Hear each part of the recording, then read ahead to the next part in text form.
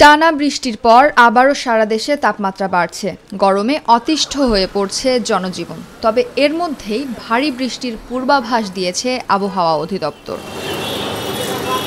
সাধারণত ২৪ ঘন্টায় ৪৪ থেকে ৮৮ মিলিমিটার বৃষ্টিকে ভারী এবং ৮৯ মিলিমিটারের বেশি বৃষ্টি হলে অতি ভারী বর্ষণ বলে বিবেচনা করা হয়। এ সংখ্যা থেকেই আবহাওয়া অধিদপ্তর জানিয়েছে দেশের ৫ বিভাগে ভারী থেকে অতি ভারী বর্ষণ হতে পারে, যার ফলে চট্টগ্রাম ও সিলেট বিভাগের পাহাড়ি এলাকার কোথাও কোথাও ভূমিধসের শঙ্কা রয়েছে।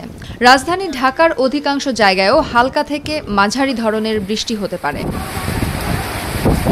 বৃহস্পতিবার সকাল ১১টা থেকে পরবর্তী ৪৮ ঘন্টার জন্য দেয়া পূর্বাভাসে এমন তথ্য জানিয়েছে আবহাওয়া অধিদপ্তর। এছাড়া দেশের ১৫ জেলার নদীবন্দরকে ১ নম্বর সতর্কতা সংকেত দেখাতে বলা হয়েছে।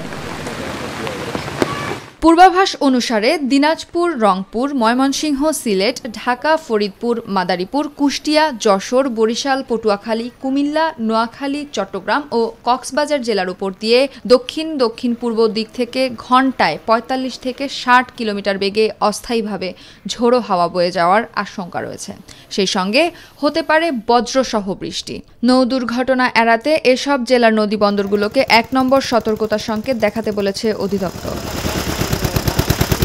এদিকে বৃহস্পতিবার সকাল ৬টা পর্যন্ত গত ২৪ ঘন্টায় সর্বোচ্চ ১১৪ মিলিমিটার বৃষ্টিপাত রেকর্ড করেছে আবহাওয়া অধিদপ্তর।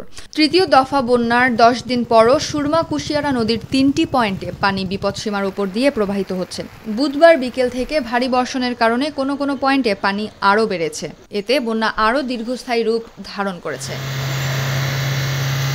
সিলেট জেলা প্রশাসনের বন্যা সংক্রান্ত এক প্রতিবেদনে বলা হয়েছে, বন্যায় জেলার ১৩টি উপজেলার ৯৫টি ইউনিয়নের ১,০৪১টি গ্রাম প্লাবিত হয়েছে।